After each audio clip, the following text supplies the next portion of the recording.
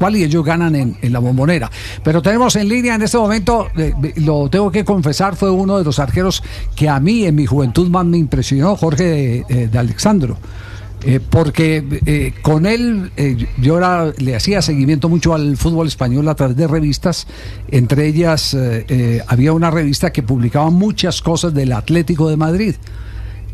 Lo llamamos porque fue compañero reciente en el Chiringuito con Hugo Orlando Gatti. Pero a Jorge yo le hacía seguimiento hasta con el dolor inmenso de una incapacidad que él tuvo, porque volando creo que fue que se estrella, no sé si contra un compañero o contra un palo, y termina perdiendo un riñón. Jorge, estoy equivocado, buenas tardes, ¿cómo le va? Bienvenido a Blog Deportivo en Colombia. Un placer de estar en contacto con vosotros. Hoy no es un día muy bueno para grandes noticias, porque la verdad que la pérdida de un grande como Hugo es muy importante para todo el fútbol sudamericano, y también con el reconocimiento que ha tenido Hugo también en Europa, mucho más como persona que como futbolista, porque aquí en Europa él nunca tuvo la posibilidad de jugar, pero sí el reconocimiento a una de las grandes figuras del fútbol sudamericano. Sí, antes de que nos cuente cómo eran los pormenores de la relación de ustedes, Hugo, usted fue el que tuvo el accidente jugando con Atlético de Madrid, ¿cierto? Sí, si no estoy mal. No, fue con el Athletic Club de Bilbao. Bilbao, fue Bilbao, sí. Sí, fue con el Bilbao, sí, el 1 de enero de 1978, que al bloquear un córner, tuve un contacto en la espalda y me rompieron un riñón. Tuvo que ser extirpado y aquello tuvo una enorme repercusión, porque se podía decir que en aquel momento no podía jugar más al fútbol. Yo intenté y se me autorizó volver a jugar al campo de fútbol para mi retirada ya en el año 1985. A partir de ese momento jugué 8 años más con un riñón solo. Sí, pero sí, aquello fue un tema muy duro en mi vida, y afortunadamente lo superé deportivamente y con mucha voluntad y sacrificio, ¿no? Claro, ¿cuántos años han pasado? Fíjese, hasta la memoria le altera a uno, pero decía que recibía mucha información, revistas del fútbol español, por un pariente que vivía en Madrid, un pariente lejano que vivía en Madrid, y me mandaba vía correo. Sí, ese es el momento más esplendoroso de mi carrera, porque fue la primera vez que un arquero sudamericano, en el año 74 y después en el 75, son 73, 74, 75, 76, como es en Europa, ¿no? Que no es que es año natural. Había ganado por primera vez y por segunda vez 2 años consecutivos el mejor arquero de España, el menos goleado, y después el mejor jugador de la Liga Española. Así que realmente fue la primera vez que lo ganaba un argentino como arquero, cuidado, Así que para mí fue un momento esplendoroso, pero después se truncó un poquito con aquella lesión cuando se hablaba de mi traspaso al Fútbol Club Barcelona, pero después no pudo ser, pero continué jugando en plena actividad. No, me imagino cómo serían las tertulias con Hugo Gatti. ¿Qué fue lo último que hablaron, o lo más sobresaliente que le haya quedado a usted ahí en el recuerdo, en esas charlas futboleras que no solo se daban en Argentina, sino también en Madrid? Yo con Hugo tuve mucho contacto últimamente, en los últimos años en España. Él venía aproximadamente 2 veces al año, y aproximadamente estaba 4 meses, ¿no? en España, alternando con Buenos Aires. Y con Hugo era un libro abierto, era unas bromas permanentes, una enciclopedia futbolística, era súper agradable como persona, sinceramente, y un amigo entrañable, ¿no? Pero también es el momento de pasar a la historia, que Hugo Gatti fue un avanzado como arquero, fue el primer arquero hipermoderno que existió por su estilo, como todos lo conocemos en toda Latinoamérica, ¿no? Y como estaba relatando usted en aquella Copa de América, que él para el penalti, aquel famoso que se me pone la piel de gallina recordando aquel momento histórico de Hugo Gatti, ¿no? ¿Tenía más de genio que de loco entonces? No, yo creo que era loco, era un apelativo que lo hacía por lo especial que era, pero realmente creo que Hugo era un genio, tenía la broma oportuna. Lo único que no tenía, ¿sabes qué era? Tenía un pequeño defecto, le gustaba gastar poco.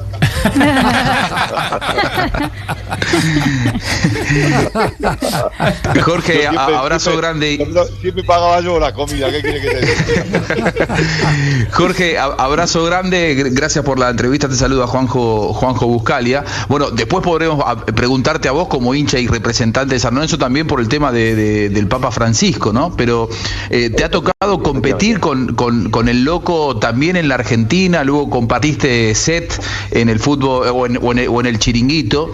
En la Argentina tenemos a la distancia ya de su etapa de ex arquero, un personaje particular en cuanto a su personalidad. A él le gustaba gastar poco, pero también temperamento, ¿no? Un hombre de un temperamento muy marcado. ¿Cómo hiciste tantos años para convivir con él? Seguramente habrás tenido 1000 charlas futboleras acerca de... Bueno, yo futbolísticamente concedía, ¿eh? Como él no jugó en Europa, concedías. Sí, yo concedía, yo le daba todos los tributos y le decía, toma, mira, yo te doy te pongo la corona y tú eres el mejor, ¿no? Pero bueno, en plan cariñoso, yo sé que Hugo... Sí, no era difícil, ¿no? Sí, era muy difícil, él decía que era el mejor del mundo, entonces yo decía que era el mejor del mundo. Porque yo le decía, mira, Hugo, lo picaba, le decía, mira, Hugo, a ti se te escapan la pelota de las manos. En Europa no podés jugar.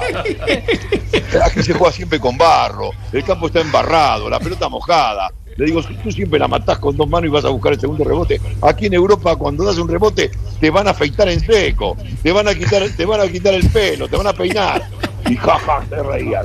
Entonces, bueno, en fin, eran las bromas que teníamos, pero bueno, yo a Hugo tuve un enorme respeto, porque insisto, creo que fue un vanguardista, fue un poco como los Beatles en la música. Él creo que de los años 70, 80 fue bueno, después vosotros tenéis a René Higuita, que fue un sucesor también, o Campos después en el fútbol mexicano, pero bueno, está muy lejana a lo que fue la figura única del portero, diríamos, diferente que marcaron Hugo Orlando Gatti, ¿no? Era un portero muy especial, muy atípico, y también una cosa importante, porque eso es un don. A Hugo cualquier cagada se le permitía, ¿eh? No sé si me entiendes. Él perdía 3-0 y nunca tenía problema. No era nunca señalado, y esto en el fútbol muy especialmente se le concede a muy pocos, ¿eh? Y a Hugo se le concedía, le hacían esos goles, ¿te acuerdas de Vaselina por encima de la cabeza, o que salía a medio campo y lo driblaban? Pero bueno, claro, todos esos goles que a otros lo hubieran matado, a Hugo se le concedía la... Como el día que le hizo 4 goles Maradona, ¿no? En la intimidad de las charlas futboleras de ustedes, él si se equivocó al agrandarlo hacia Maradona, él, para el que no sabe, dijo que era un gordito Maradona, el Maradona de Argentinos Juniors, el más virgen de todos, y en la cancha de Vélez le termina haciendo 4 goles. ¿Alguna vez te habló de eso él? Sí, no, yo lo vacilaba, yo le hacía broma, porque le digo, escúchame, loco, le digo, te tiró un tiro libre al palo corto y lo fuiste a buscar al segundo palo. Te metí un buzón, Diego. Le digo, loco, por favor, no me vengas con milonga. Le digo que te metió 2 goles, Diego, que bueno, te lo comiste con todo. Y jaja, ¿no? Pero bueno, siempre dentro de ese ambiente que podemos tener 2 compañeros y 2 personas que se amaban, ¿no? Sí, sí. Y fundamentalmente que se respetaban, perdón. Jorge, ¿le hizo alguna confesión en particular de todos los temas de él que eran tan públicos? ¿Hubo algo que se quedó entre ustedes? Yo creo que la infrahistoria de Hugo es que no jugó en Europa. Hugo es realmente, y creo que tampoco fue tampoco indiscutido en la selección argentina, ¿no? Fue un poco un outsider, ¿no? Como decíamos, una persona outsider, ¿no? No sé si me vale ¿me entendéis lo que quiero decir? Sí. Es decir, él nunca tuvo el estatus de ser el mejor arquero de Argentina, aunque sí era el arquero diferente.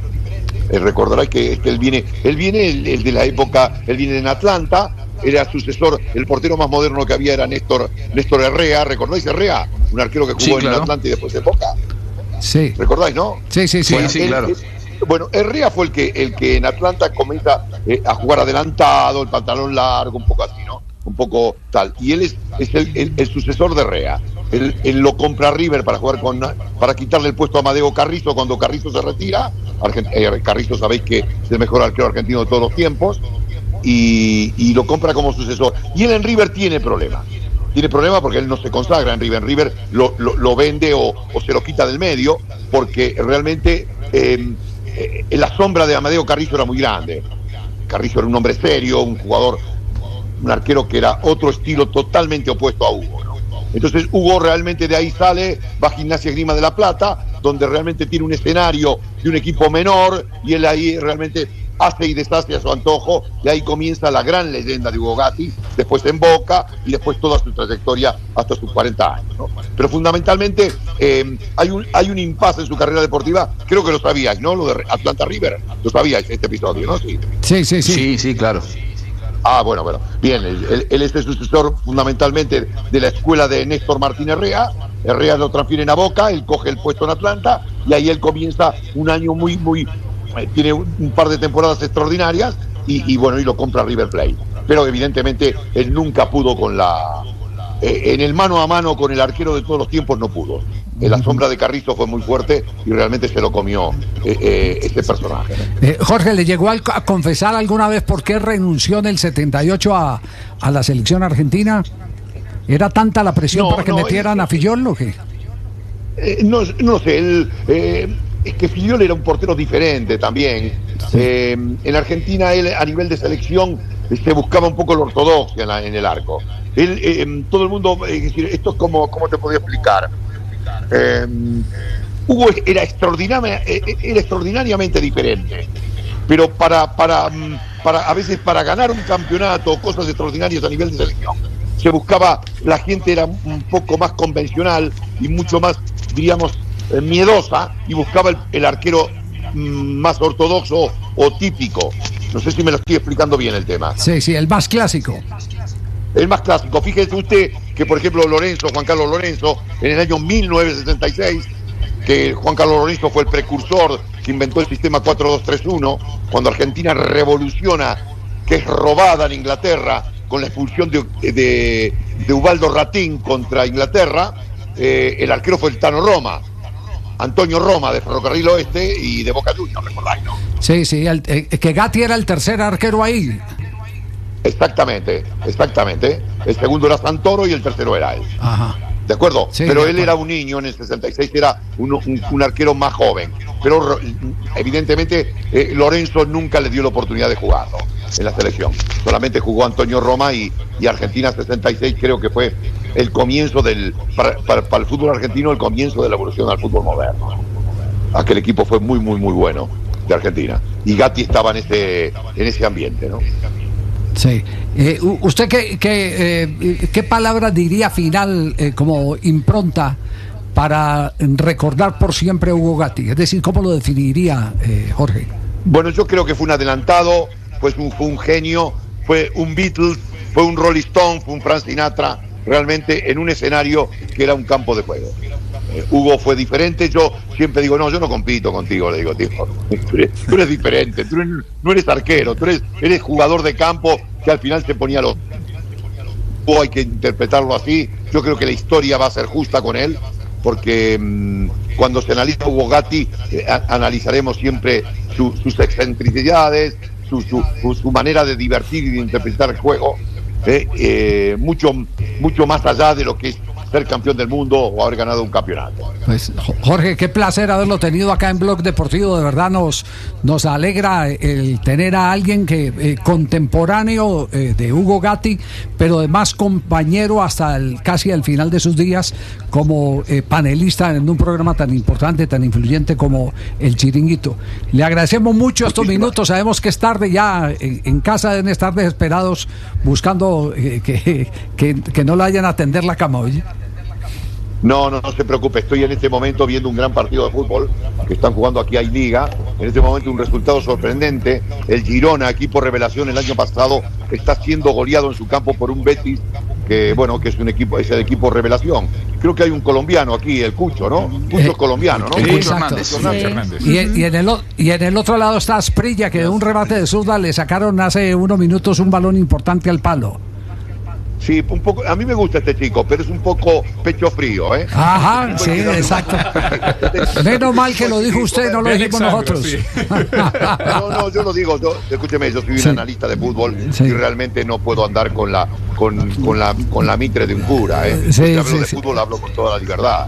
Yo soy entrenador de fútbol y soy analista, y el fútbol no se anda con la mentira. Este chico me gusta su talento, tiene muy buena zurda, pero realmente le falta la maldad de ser un jugador de él. Sí, le falta. Como general a ciertos jugadores colombianos, porque al jugador colombiano que tiene la mejor generación de futbolistas siempre le falta un hervor. A los colombianos le falta algo, no sé, si yo fuera el entrenador, que ya no lo voy a hacer porque por la edad no, me hubiera gustado dirigir un equipo colombiano, porque a los equipos colombianos les parece que hay que darle una transfusión de sangre. ¿Me escuchas? Uy, qué bárbara definición. Digo bárbara, pues. No, pero lo que es contradictorio es que tener el fútbol colombiano, que por un momento, hace unos años, lo dije en conferencias, yo doy muchas conferencias en Colombia, en Medellín, en Cartagena de Indias, que fue la última que di, para instituciones de tal, junto a Pacho Maturana, junto a muchos entrenadores típicos, tal cual. Yo creo que las máximas generaciones de futbolistas, la cantera de Sudamérica era el fútbol colombiano. Y la gran pregunta es, ¿por qué no gana nunca? Por la cabeza, pasa por la cabeza. Sí, bueno, pero yo creo que la cabeza es un ejercicio de la voluntad. Ajá, sí, usted no puede decirle la cabeza y se cree porque le va a decir a los jugadores que hay que meter patadas, tal cual no. Meter no es meter sangre se mete todos los días. Esto es como la gota malala, pim pam, en los entrenamientos. Es decir, el cambio es con la metodología del trabajo y del entrenamiento. De acuerdo. No se cambia de un día para otro y que venga un entrenador que dice, no, de 4-2-3-1 voy a jugar a 4-4-2. No, eso es un número telefónico. Sí, hace poquito un compatriota suyo que dirigió en el fútbol colombiano, Juan Cruz Real, dice, a mí lo que más me aterra, me asusta del fútbol colombiano es que los muchachos pierden 3-0 y se van oyendo salsa, y si se pueden quedar en la calle, quedan en la calle, mientras que hay otros que nos metemos, nos encerramos y nos laceramos por haber perdido 3-0. Eso se llama amor propio. Sí, se llama amor propio. Yo le diría a este señor cuál es la capacidad de transferencia del conocimiento. Porque si yo sé que lo que hay que hacer, el secreto de un entrenador para que sea exitoso es que tenga la capacidad de poder llegar al futbolista para que cambie. Porque si no, el mensaje queda a mitad de camino. A mí qué me importa que el entrenador se flagele. A mí me importa que el número 9 se mate y el central meta patadas. Sí. Y los centrocampistas corran, señor. Sí. A mí que el entrenador diga eso, escúcheme. ¿Qué quiere justificar su emolumento? Jorge, ¿qué me dice con lo que me dice ese entrenador? Jorge, ¿sabe cuál es la diferencia? El entrenador es transferirlo. Claro, ¿sabe cuál es la diferencia?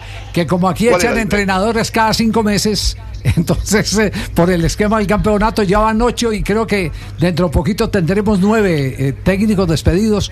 Nunca hay oportunidad de ese cambio que usted muy bien recomienda. No, posiblemente no habéis encontrado a los profesionales ideales. Escúcheme que a profesionales del entrenamiento, del banquillo hay millones, pero hay mucho funcionariado. Lo que yo le estoy hablando es que hay que encontrar a los maestros. Escúcheme, en Europa ¿sabes cuántos equipos hay? Sí. Y le sacaría 5 entrenadores nada más, Vea usted. Y hay 20 equipos por liga. Aquí en España pasa lo mismo. Aquí hay muchos entrenadores y hay muchos equipos, pero entrenadores buenos de élite. En la Liga Española, en Primera División, hay 4.